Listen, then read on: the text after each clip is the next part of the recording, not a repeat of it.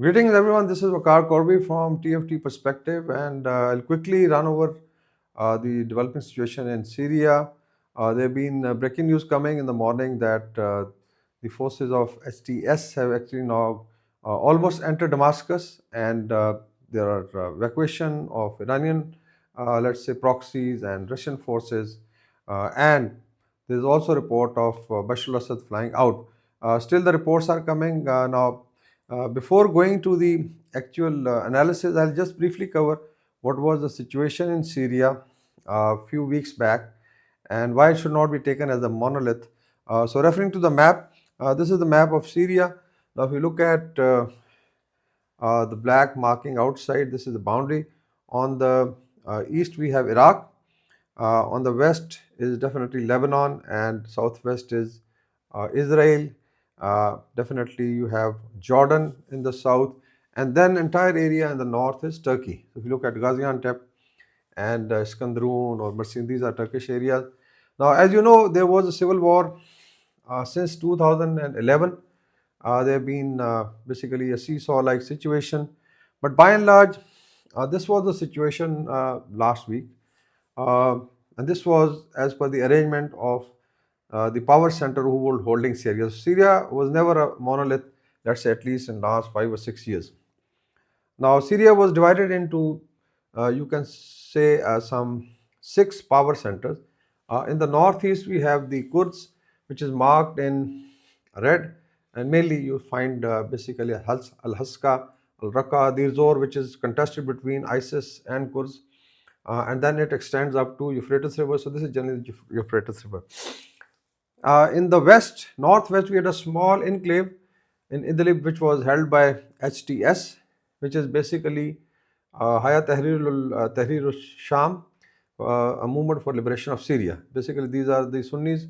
And then we had an enclave in the southeast, which was held by Americans, but also some rebels. So there are American bases here. You have Golan Heights, which has been occupied by Israel since long. And then you can say that in the south and in the center was Syria held by Bashar forces supported by Iran and supported by Russian forces. Now Russia also has two important bases. If you look at Latakia and then you come down to another place in the south, so there is a naval and air base. So it means that Khamami Air Base. So basically, these are Russian entries into the Mediterranean. On the west, you find Mediterranean and Cyprus. So generally, this was the situation. There was also an addition after 2000 and I think 2021. The green areas marked here are held by, these are enclaves held by Turkey or the Turkish supported forces. So these are green areas. There are two enclaves basically north of Aleppo, then north of Al Raqqa. Now, this was by Turkey to prevent the Kurds from attacking inside Turkey because some of their militias like PKK and PKG have been doing it. And if you look at the Kurdish population, they are here in the northeastern Syria, they are there in the northern part of Iraq, southern Turkey, and also Iran. So mainly these are supported by the US.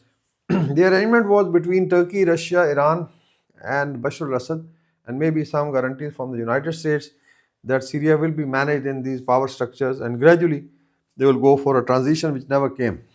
Now, if you look at Syrian internal dynamics, there have been huge losses in civil war. Reportedly, Bashar al-Assad forces have killed up to 500,000 people. This is reported, or in the civil war. And then you have almost, you can say, 12 million Syrian who migrated outside, and then there are millions of Syrian which are internal migrants.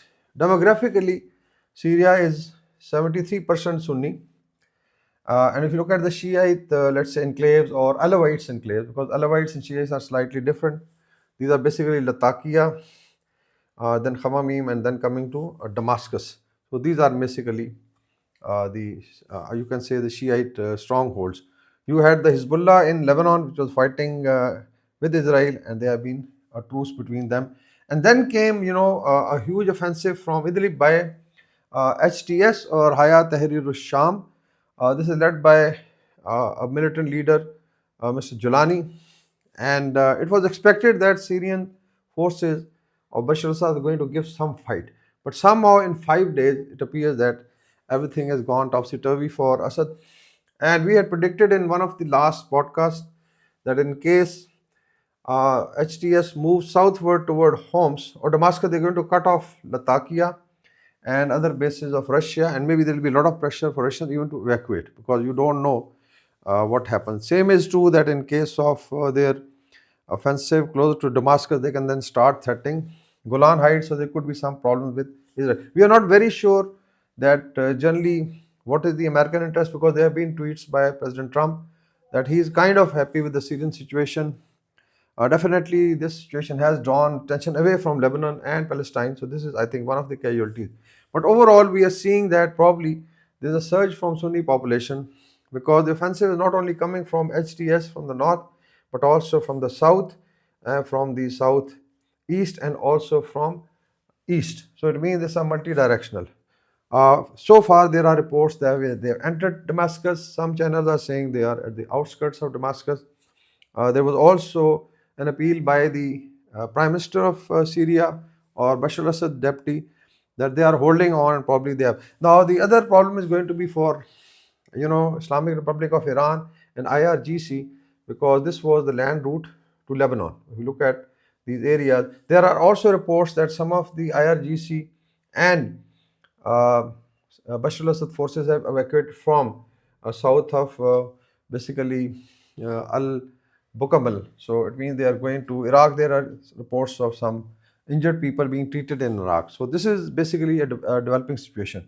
Strategically, what could be the conclusions? One, it's a huge setback for Iran and Russia, especially if they have to evacuate the bases from Latakia and area in the south.